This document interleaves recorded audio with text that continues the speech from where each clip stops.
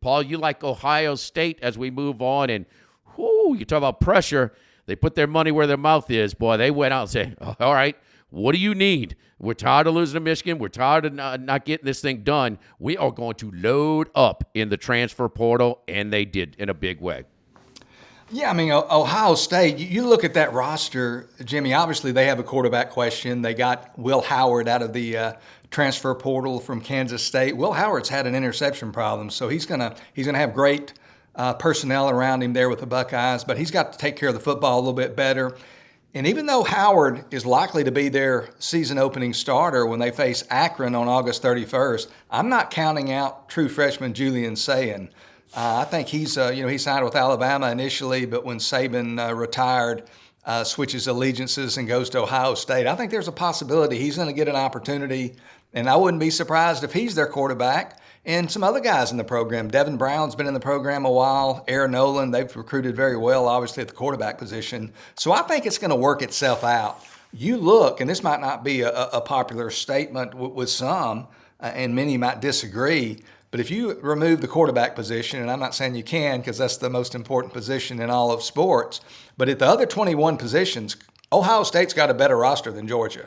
I mean, they have got guys all over the place that are NFL guys.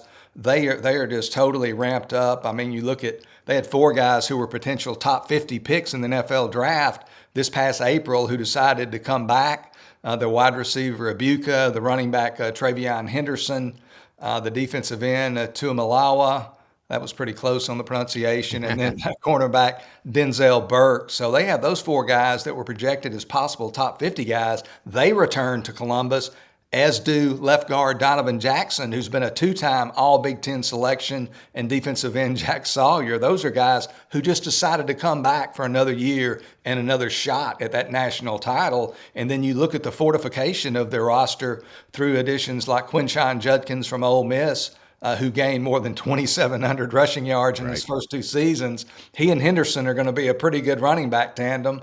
And then Caleb Downs coming over from Alabama as a true freshman there for the Crimson Tide, had 107 tackles. So those are big-time additions. I just really like this Ohio State team. You look at this particular bet, Ohio State minus 195 over Texas to record more regular season wins. You know, Texas has got what I would call 4 losable games. Week 2, they're only favored by 3. They're at Bet Rivers at Michigan. Then on October 12th against Oklahoma, most game of the year markets have the Longhorns as about an 8-point favorite. On October 19th at home against Georgia. Currently Georgia favored by 2.5 over the Longhorns there at Bet Rivers. And then the season-ending game against Texas A&M, the first time those teams have played since 2011. Kyle Field's going to be rocking the Longhorns about a 4.5 or a 5-point favorite. I think the Longhorns are losing at least 2 games. Look at Ohio State. They're really the only 2 games they have that won't feature a double-digit point spread. That game against Oregon on the road on October 12th, currently getting 2.5 points from the Ducks there in Eugene.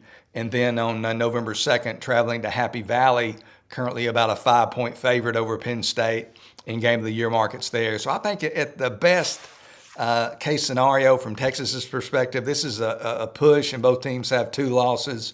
But I could see Texas certainly having 2. I expect Texas is going to have at least 2 losses. Could have more in their first year in the SEC, even though they did get that extremely favorable first-year conference schedule. But I really like this Ohio State team, and minus 195 is pretty high price, but I like them at minus 195 to have more regular season wins than Texas. Buckeyes are loaded. No ifs, ands, and buts about it, and nobody was as aggressive as they were in the transfer portal in the offseason. They've got a lot of resources in Columbus, and they are, we talk about hunger, a lack of hunger maybe in Ann Arbor this year. No lack of hunger in Columbus, Ohio for the Ohio State Buckeyes.